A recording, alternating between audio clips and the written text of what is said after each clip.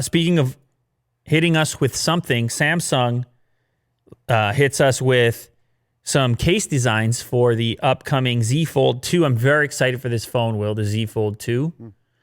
It's probably the most exciting phone to me right now. This is the new iteration of the Galaxy Fold. I'm not a huge fan of the name, but I can easily live with it because this solves all the problems I had with the original Fold, which was the small display on the front. And, well, that's about it. That's actually really my only major. Well, I mean, you have the plastic display on the inside.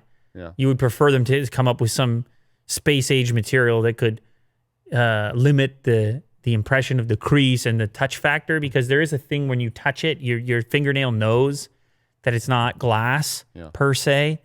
So, I mean, I could nitpick a few other things, but the biggest one was the fact that, to me at least, the exterior display was something I never used because it was too small. And so I'm always opening the thing, even for small tasks.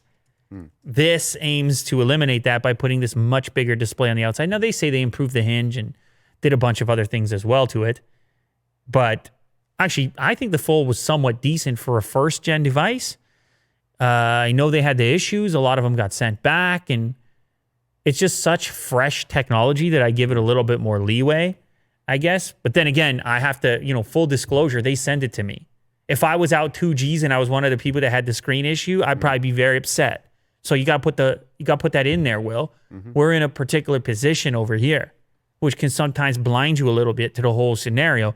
If they send it to me and I have an issue and they send me another one real quick, it's probably because who I am and not because they're doing that for everybody. Yes. So that's an important thing to note. But anyways, they put out some cases which helps you to sort of visualize how the phone is going to look in day-to-day life. The cases cover the backside, so they do nothing for the front edge.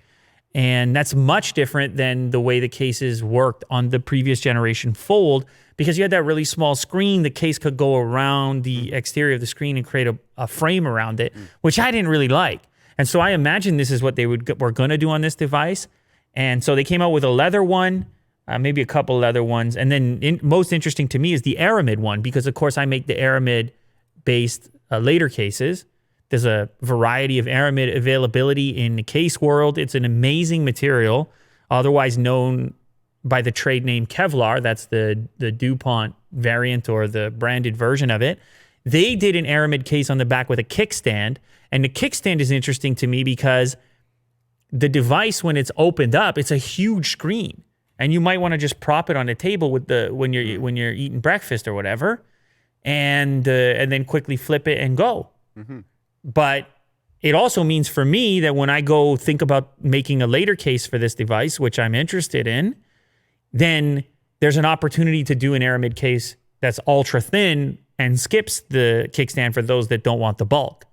So this really stood out to me as something worth investigating. Also, I notice their implementation of the Aramid here doesn't have any cover on the camera unit, which is what we just launched, as I'm sure you're aware, the full coverage Cyber Edition, where the Aramid comes up over, you can't even really see it, but it comes up over the camera module. Will can give you a look. So when thinking about the Z Fold 2, hopefully we're able to manufacture something that's able to do what it's doing on the Note series, but instead on the Z Fold 2, at least on the backside of it. That's going to be an exciting task.